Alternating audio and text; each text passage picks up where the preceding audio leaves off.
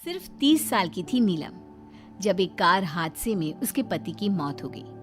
उसकी गोद में था उसका 4 साल का बेटा और ढेर सारी जिम्मेदारियां। नीलम को सजने संवरने और अच्छे कपड़े पहनने का बहुत शौक था, लेकिन पति की मौत क्या हुई, नीलम की तो जैसे दुनिया ही बदल गई।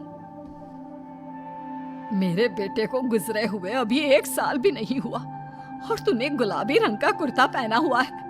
तुझे अपने पति के जाने का जरा भी गम नहीं है क्या? ऐसी बात नहीं है मम्मी जी, लेकिन पूरी जिंदगी सिर्फ रोकर तो नहीं गुजारी जा सकती ना। तो क्या करेगी? पार्टियां मनाएगी? अरे एक तो मेरा बेटा मर गया और तुम्हें कोई फर्क ही नहीं पड़ता। मम्मी जी, मेरा भी पति गया है और इस बात से मुझे कितना फर्क पड़ता है मैं आपको बता भी नहीं सकती। लेकिन अगर मैं रोती हूँ तो मेरा 4 साल का बेटा बहुत रोता है, अपने पापा को याद करता रहता है। उसे दिखाने के लिए ही सही मेरा ठीक से रहना बहुत जरूरी है। कुछ दिनों के बाद, मम्मी जी मैं नौकरी करना चाहती हूँ। लेकिन उसकी क्या जरूरत है? यहाँ घर में रह रहकर मेरा दम घुटता है। पूरा दिन मुझे अपने पति की याद आती है। कुछ देर के लिए ही सही घर से बाहर जाऊंगी तो शायद कुछ अच्छा लगे। ठीक है, जैसा तुम्हारा मन करता है वैसा करो, लेकिन ध्यान रखना ये ज्यादा चटक मटक रंगों के कपड़े पहनकर घर से बाहर जाने की जरूरत नहीं है, वरना दुनिया हमारे बारे में बातें करेंगी।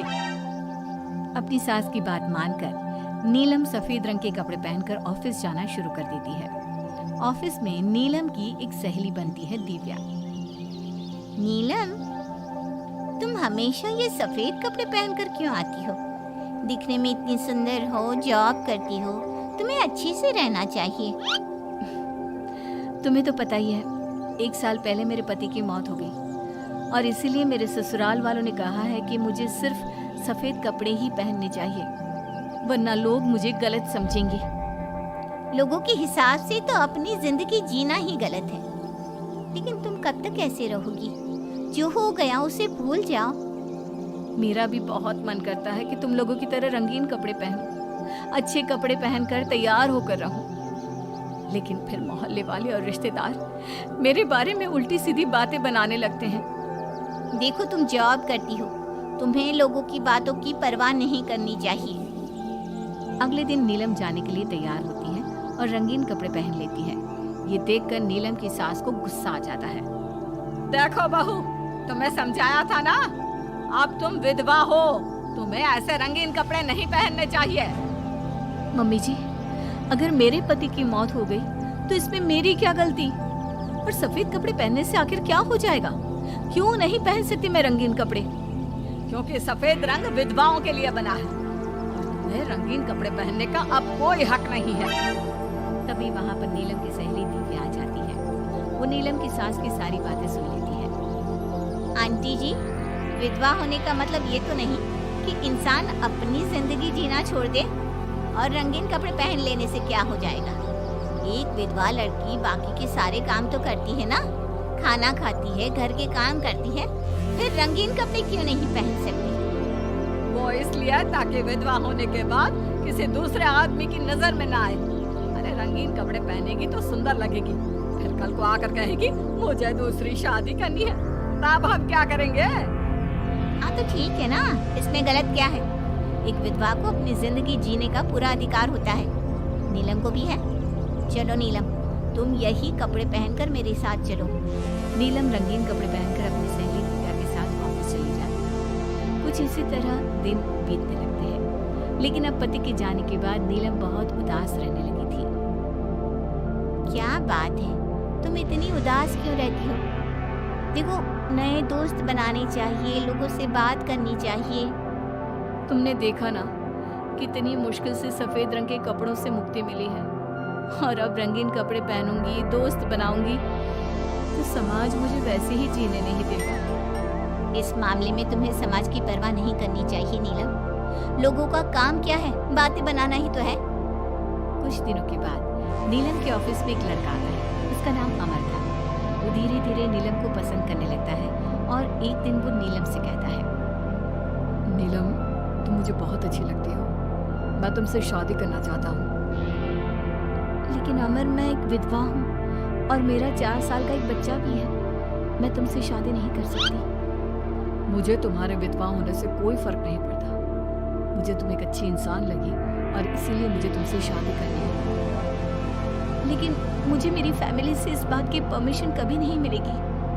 तुम उसकी चिंता मत करो, मैं तुम्हारे घर आकर बात करूंगा। कुछ दिनों के बाद अमर नीलम के घर पहुंचता है। नमस्ते आंटी जी, मैं अमर हूँ। मैं आपकी बहू नीलम से शादी करना चाहता हूँ। मुझे तो पहले से पता था।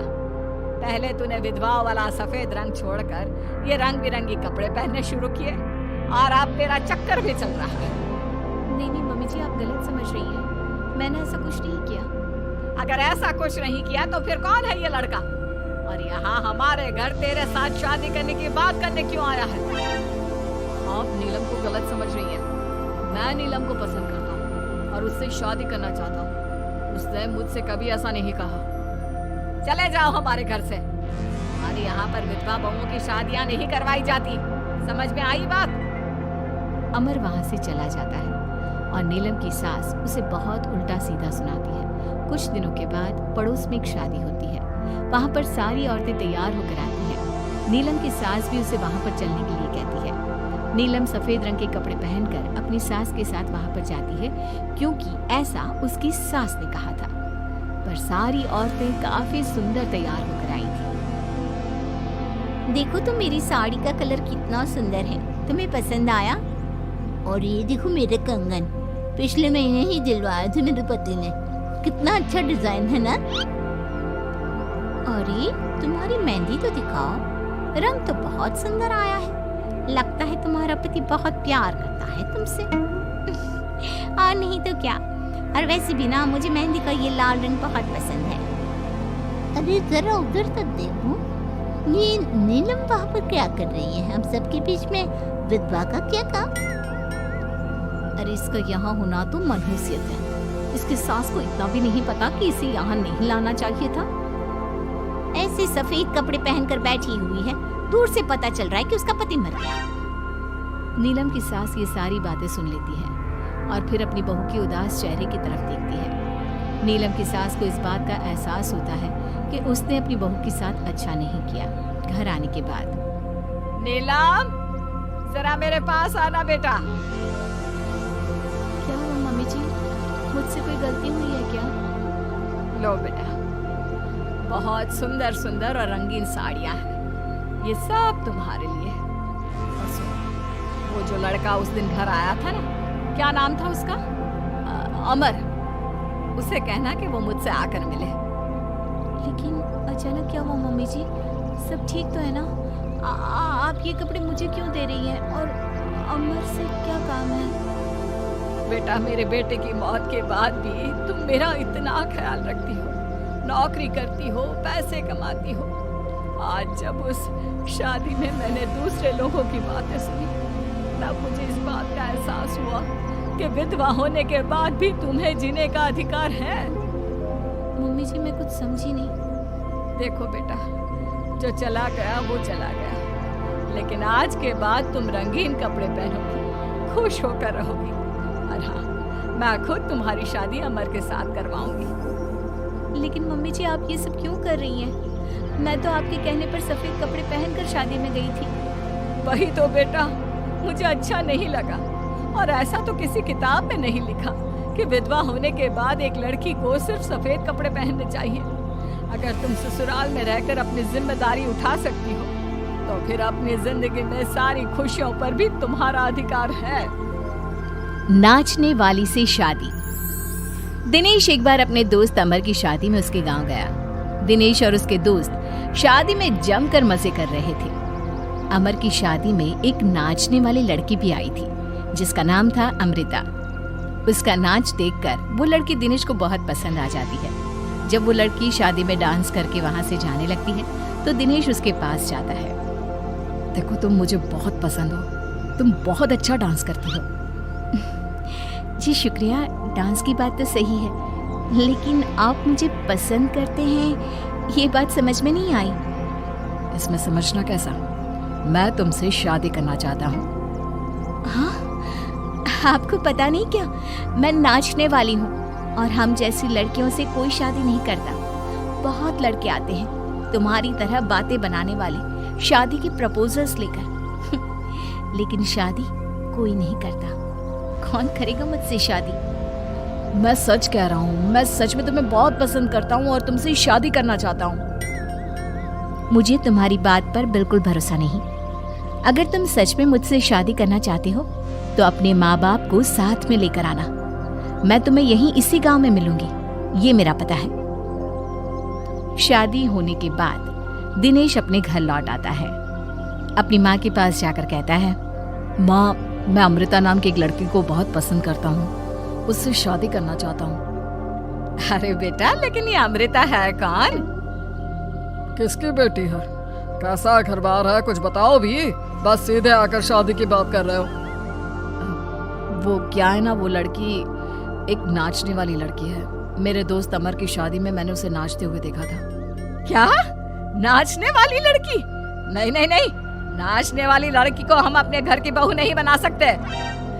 लेकिन माँ, मैंने उससे वादा किया है, मैं उसी से शादी करूंगा। वादा करने से पहले अपने माँ बाप से पूछना जरूरी नहीं समझा? किसी भी नाचने वाली को ऐसे शादी का वादा करके चले आए। लेकिन पापा, एक बार आप उससे मिल तो लीजिए, क्या पता आपको भी वो पसंद आ जाए। दिनेश के माँ और पापा दिनेश और अमृता की शादी के लिए तैयार नहीं होते। एक दिन दिनेश के मम्मी पापा अपने गांव से बाहर कहीं जा रहे होते हैं। तभी अचानक से एक गाड़ी वाला दिनेश के पापा के स्कूटर को टक्कर मारकर चला जाता है। दिनेश के मम्मी और पापा दोनों सड़क पर घायल होकर गिर जाते हैं। तभी वहां अमृता आती है। अरे अंकल आंटी, आपको तो बहुत चोट लगी है, चलिए मैं आपको हॉस्पिटल लेकर जाती हूँ। अमृता दिनेश की मम्मी और पापा को हॉस्पिटल में एडमिट करवा देती है और उनका ख्याल रखती है। जब दिनेश हॉस्पिटल पहुंचता है, अमृता, तुम यहाँ क्या कर रही हो? तो क्या ये तुम्हारे मम्मी पापा हैं? वहाँ सड़क पर उनका एक्सीडेंट हो गया था, इसलिए मैं यहाँ हॉस्पिटल में लेकर आ गई। क्या ये वही लड़की है बेटा जो तुम्हें पसंद थी? हाँ माँ, यही तो है अमृता, जिसके बारे में मैंने आपसे बात की थी। हमारी सोच गलत थी। ये लड़की तो बहुत अच्छी है और हम तुम्हारी इससे शादी करवाने के लिए अब बिल्कुल तैयार हैं। उसके बाद दिनेश और अमृता की शादी हो जाती है। अमृता एक नाचने वाली थी और इसलिए वो किसी भी तरह की आवाज पर नाचना शुरू कर देती। एक दिन जब वो किचन में खाना बनाते वक्त झूम झूम कर नाच रही थी। अरे बहू, तुम यहाँ किचन में खड़ी होकर डांस क्यों कर रही हो? यहाँ कौन सा गाना बज रहा है? मम्मी जी, वो कुकर की सीटी का म्यूजिक है ना, बस उसी पर डांस कर रही थी। आप भी सुनिए ना, कितना अच्छा म्यूजिक है। अरे अब कुकर की सीटी डांस करता है? अजीब नाचने वाली बहू मिली है। माना दिल की अच्छी है, लेकिन कुकर की सीटी पर भी नाचती है। भगवान भला करे। कुछ दिनों बाद दिनेश के पड़ोस वाले घर में कंस्ट्रक्शन का काम चल रहा था और सारा दिन मजदूरों के हथौड़े चलाने की आवाज आती रहती। उस आवाज की वजह से अमृता घर का सारा काम छोड़कर डांस करती रहती। ये देखकर दिनेश के पापा कहते हैं, बेटा, तुम नाचने वाली बहू तो ले आए, लेकिन ये तो हथौड़ों की आवाज पर भी डांस करती है। और बेटा अपने घर का काम बिल्कुल छोड़ दिया है। सारा दिन बस मजदूरों के औजारों की आवाज पर डांस करती रहती है। कल मैंने एक गिलास पानी मांगा था तो मुझसे कहती है, पापा बाद में देती हूँ, अभी तो डांस कर रही हूँ मैं, डिस्टर्ब मत करो। माँ पापा, आपकी बात सही है। अमृता के ऊपर तो डांस करने का नशा कुछ ज्यादा ही सवार हो गया है। लगता है इसके पुराने काम का भूत इसके सिर में फिर से घुस गया है। अरे लेकिन बेटा, हम क्या करें? अब ये पूरा दिन इसी तरह नाचती रहेगी तो कुछ अजीब नहीं लगेगा? एक दिन दिनेश और उसका परिवार जंगल में पिकनिक मनाने जाने का प्लान करता है। दिनेश, उसकी पत्नी अमृता और माँ बाप चारों मिलकर जंगल में पिकनिक मनाने पहुंच जाते हैं। लेकिन तभी वहां पर जंगल के लोग उन्हें घेर लेते हैं। अरे क्या मुसीबत है ये? कौन है ये लोग? ये तो हमें जिंदा जलाकर खा जाएंगे, अब हमें कौन बचाएगा? सही कहती हो माँ, ये तो जंगली लोग हैं, ये हमें जिंदा नहीं छोड़ने वाले। अरे डरने से बेहतर होगा कि हम अपने आप को बचाने का कोई उपाय सोचें। तुम्हारा क्या है, तुम तो नाचने लग जाओगी। तुम्हारा दिमाग भी काम करता है और तुम्हारे तो पैर भी काम करते हैं। अरे माँ, ये लड़ने का वक्त नहीं है, हमें कुछ सोचना पड़ेगा। अब सोचने से कुछ नहीं होने वाला, ये जंगल के लोग हमें पका कर खा जाएंगे। वो जंगली लोग दिनेश और उसके परिवार के हाथ पैर बांधकर उन्हें मारने की तैयारी करने लगते हैं, लेकिन उससे पहले वो आग जलाकर जोर शोर से नाचते हैं। उन्हें नाचता देखकर अमृता के अंदर की नर्तकी भी बाहर आ जाती है और वो पेड़ से बंधे बंधे ही जोर जोर से अपने पैरों से ठुमके लगाने लगती है। तभी एक जंगली बोल पड़ता है, लड़की, तुम यहाँ पेड़ से बंधे बंधे क्यों नाच रही हो? क्योंकि मुझे तुम जंगलियों से ज्यादा अच्छा डांस करना आता है। अरे जाओ जाओ, हम जितनी तेज डांस करते हैं उतना तो तुम कर ही नहीं सकती। लगा लो शर्त। अच्छा ठीक है, लगी शर्त। अगर तुमने हमसे ज्यादा अच्छा और तेज डांस किया तो हम तुम्हारे परिवार को जिंदा छोड़ देंगे। और अगर तुम हार गई तो हम तुम सबको जिंदा जलाकर खा जाएंगे। अच्छा ठीक है, मुझे तुम्हारी शर्त मंजूर है। अब बजाओ तुम्हारा जंगली ढोल, देखते हैं कौन कितना डांस करता है। वो जंगली लोग जोर जोर से ढोल बजाकर नाचना शुरू कर देते हैं। दिनेश और उसका परिवार उनके नाच की स्पीड देखकर दंग रह जाता है। अमृता भी उनके साथ बराबर से नाचने की कोशिश कर रही थी। धीरे धीरे अमृता ने अपने डांस की स्पीड को कम कर दिया। क्या हुआ, हवा निकल गई तुम्हारी? बढ़िया है हमसे जीतने वाली। बस 1 मिनट रुक जाओ, तुमको तो मैं अभी बताती हूँ। अब तक अमृता धीरे धीरे नाच रही थी ताकि वो सारे जंगली थक जाए और अमृता बाद में जोर जोर से डांस करके उन्हें हरा दे। और ऐसा ही हुआ। अमृता ने अब तेज स्पीड से नाचना शुरू कर दिया। सारे जंगली अब तक थक चुके थे। देखा, अब पता चला कौन ज्यादा अच्छा और तेज नाच सकता है। हाँ हाँ, तुम ही हमसे ज्यादा अच्छा और तेज डांस करती हो। हमने मान लिया, बहुत थक गए, बस भी करो। अरे अभी कहाँ से बस करो, तुम कहो तो मैं दिन रात लगातार नाच सकती हूँ। हम तुम्हारे आगे हार मानते हैं, तुम अपने परिवार को लेकर यहाँ से चली जाओ। देखा माँ, आज नाचने वाली बहू ने हम सबकी जान बचा ली।